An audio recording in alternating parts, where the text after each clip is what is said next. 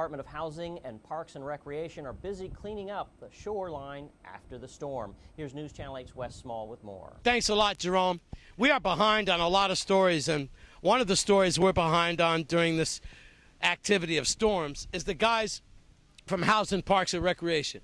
We already bigged up Public Works. We already bigged up WAPA. But as you can see, these guys are working hard as they try to clean up the beachfront. And like I said, right now we're in the middle of about 5 consecutive storms coming off the coast of Africa. So, you know, these guys want you to be safe.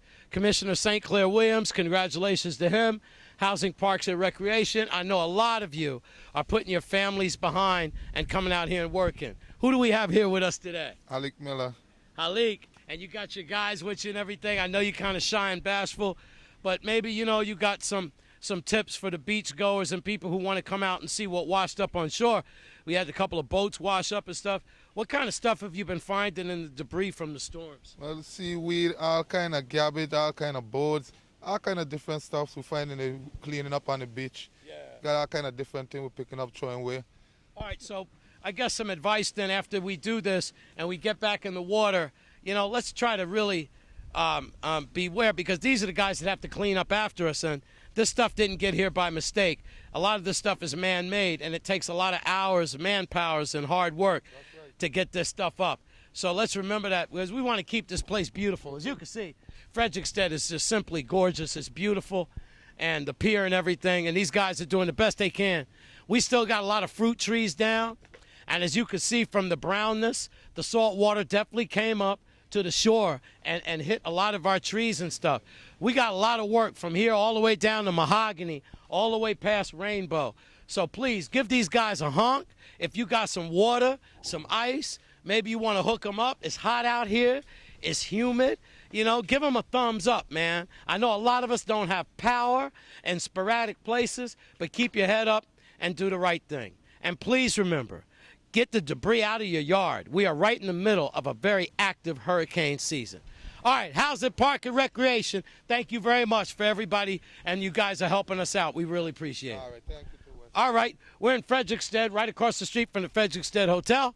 I'm Wes Small for News Channel 8. Well, some of the students at Good Hope School were treated to some circus smirkus. Here's Wes with the story. Thanks a lot, Jerome. I'm here now with Miss Saldana, and she is the head of schools here at Good Hope. First day of school, and we're going to be paying a visit to the public school as well today. We're in Frederickstead at Good Hope, and the first day of school, we have a circus mercus demonstration going on, and we're going to be chatting with the head guy as he comes out of the East Coast.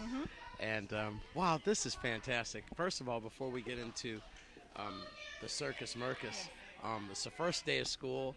We're in the middle of like 3 or 4 storms and everything. You're right on the beach. I've noticed that not only do you put out presidential scholars, y'all built a pretty good foundation with the school. You've endured some storms in your lifetime. We have. The school came into existence in 1967. So, of course, we've gone through George, Hugo, Marilyn, Lenny, Dave, all the fun things. And this was a Rockefeller resort. So this school has been here. We do sustain a little water in the classrooms and, of course, some debris on campus. But we have a great crew. We have a great team here. Everyone, faculty, staff, administration, they came on board to make sure classes were ready so we could start. All right. And as a treat for the first day of school, you've invited this gentleman here, and his name again is? His name is Rick Davis. He's a circus professional with Circus Smirkus, which is a company out of the Northeast, like you mentioned. All right, and we're watching some of the footage now of what he's teaching the children and everything, and we're going to be talking to him in a second. So with that, we certainly hope that you have a very successful school year, and I'm sure you'll be getting in touch with us for your different projects. You always have a great science fair. We have a great science fair. You know, all of our fundraisers, like our annual gala and the Caribbean Fine Art exhibit, and all the great things that our children do here at the Good Hope School. All right, well, good for you. We're going to go chat now with Mr. Davis. Well, we thank you, and thank you so much for coming out, and we wish everyone a wonderful school year. Thank you. Thank you. Here is Paul Davis, the man himself who's visiting, and also we got Jalen and Savannah, got that, okay. Before we get to the students from Good Hope, Paul, thanks a lot. Is this your first time in the territory here?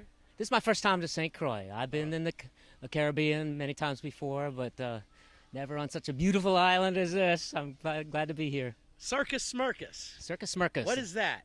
That's the outfit I work for. It's a youth circus, all youth under the age of 19, Okay. except for me. You know, And where are you I wish I based? was that old. Oh, But yeah. we tour around in New England, in the States, and Okay. around Vermont and New Hampshire, Maine. But You bring enjoyment to many people then? You set up tents and all that? How long have you been doing this?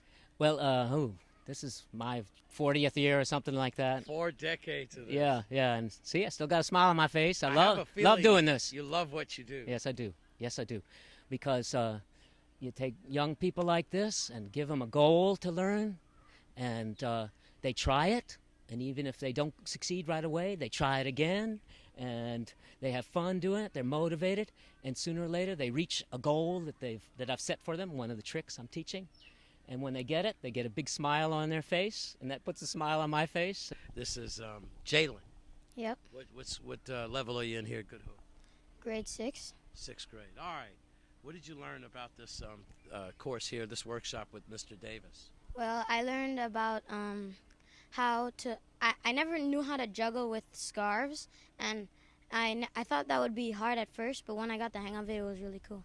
So you like juggling then? Mhm. All right. This morning I was practicing with plastic bags. Okay. All right. And what about you, Savannah? I learned that, I learned TikTok. It's, The devil sticks. yeah, and the devil sticks. It was really fun, and I enjoy being able to do something I wasn't able to do before, like juggling.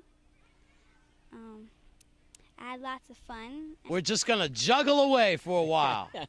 I'm Wes Small for News Channel 8. Thanks, Wes. When we come back from this break, we'll take a look at your Caribbean report for tonight.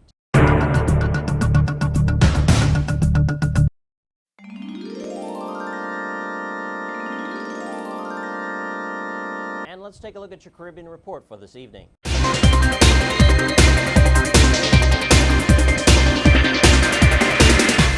Antigua struggles to pay wages. Some government workers in Antigua and Barbuda may have to wait a bit longer to collect their August pay. Government issued a release on Wednesday admitting that they're having difficulties making their payments. However, some civil servants got paid last Friday, creating small animosity amongst the workers. Antigua and Barbuda's finance minister said the current difficulties have come about notwithstanding the significant reduction to government spending, due mainly, it said, to the global economic slowdown. It also said that an effort is being made to complete the payment of wages and salaries to these workers within the next week. And St. Vincent, the Prime Minister of St. Vincent and the Grenadines, has issued what it called an open letter to the people of the Caribbean, warning against non-Caribbean groups and individuals which he claims are working to undermine his government and St. Vincent's sovereignty.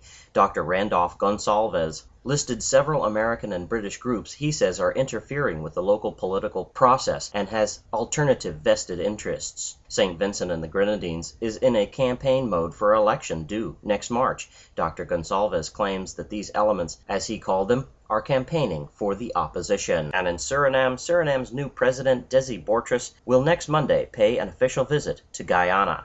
Mr. Bouterse, a former coup leader, took office last month. Officials in Georgetown said he will discuss a range of issues with President Barat Jagdeo, but not a land border dispute. They include travel across border, drugs, crime, and climate change.